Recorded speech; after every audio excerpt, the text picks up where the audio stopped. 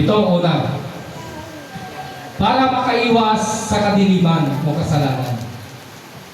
1 John 2 verse 10. Ang umiibig sa kanyang kapatid ay nanatili sa liwanag. Amen. Yung mga kapatid mo nga, kung kayo ibig-ibigyan, kahit hindi kayo ibig-ibigyan, kahit may utang sa iyo yan, ibigin mo pa rin yan. Amen. Ano sabi niya? At hindi siya magiging sanhi ng pagkakasala ng iba. O, di ba?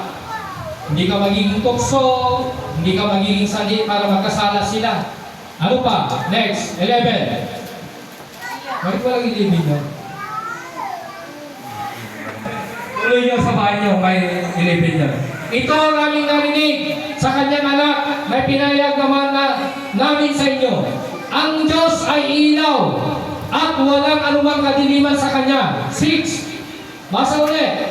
Kung sinasabi na naging tayo ay may pagkakaisa sa Kanya, ngunit namumuhay naman tayo sa kadiliman, nagsisinungaling tayo at hindi namumuhay ay sa katotohanan. Ngunit kung namumuhay tayo ay sa liwanag, gaya ng pananatili niya sa liwanag, tayo nagkakaisa sa lahat ng ating mga kasalanan.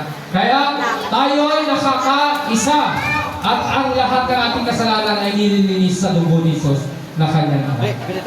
Amen? Ano pa? Next po tayo. Pagiging anak sa liwanag. Dati kayo nasa kadiliman, ngunit nasa kaliwanagan na, sapagkat kayo nasa Panginoon. Mamuhay kayo ngayon ng nararapat na sa mga taong nasa liwanag. 8, 9. Sapagkat pawang mabuti, matuwid at totoo ang ginagawa ng namumuhay sa liwanag. Amen. Meron pa ba? Sige, pang-apat, patnubay at kaligtasan. John 8 verse 12, muling nagsalita si Jesus sa mga Pariseo, sinabi niya, ako ang ilaw ng sanlibutan, ang sumusunod sa akin ay magkakaroon ng ilaw ng kanyang buhay at di nalalakad sa kadiliman. Conclusion.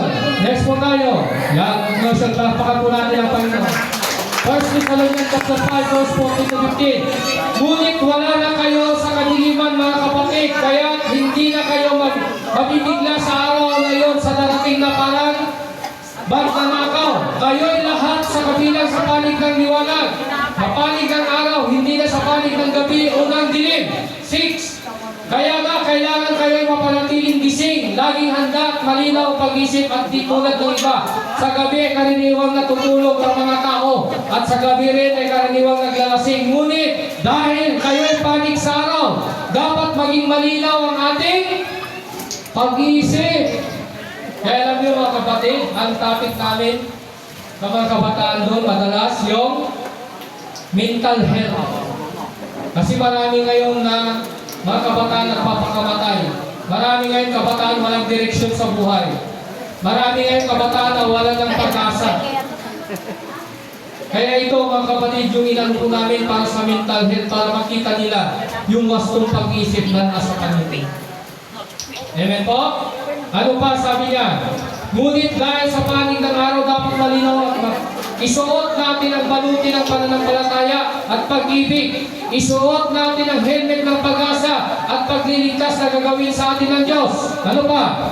9. Hindi tayo pinili ng Diyos upang parusahan at nagpinili ng Diyos, magsabi amen, kundi upang iligtas sa pamamagitan ng ating Panginoong Hesus Kristo. Namatay siya para sa atin upang tayo mabuhay ng kasama niya. Maging buhay man o tayo o patay sa kanyang muling pagparito. Dahil dito palakasin ninyo ang loob ng bawat isa at magtulungan kayo tulad ng ginagawa ninyo ngayon. Amen po? Mayroon pa ba? Mga kapatid, pinapakiusap namin na igalang ninyo ang mga nagpapakahirap at namamahala sa pagtuturo sa inyo alang-alang sa Panginoon. Pagkukulan ninyo sila ng lubos na paggalang, pag-ibig dahil sa kanilang mga gawain. Mamuhay kayo ng mapayapa. Mayroon pa ba? Mga kapatid, pinapakiusap din namin sa inyo na pagsabihan ng mga tamad. Lahat ng tamad, magsabi namin. Pagsabihan mo. Mga kapatid, anong sabi na? Pasiglahin ng mahinang loob. Lahat ng mahinang loob, pagsabi namin.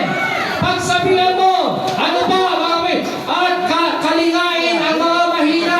Pagtiyagan ninyo silang lahat.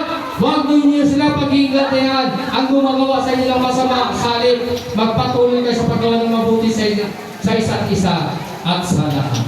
Amen po? Meron pa ba? Palakpakan po natin ang Panginoon. Salamat kay Lord at God bless us all po sa ating lahat. Purihin ang Diyos.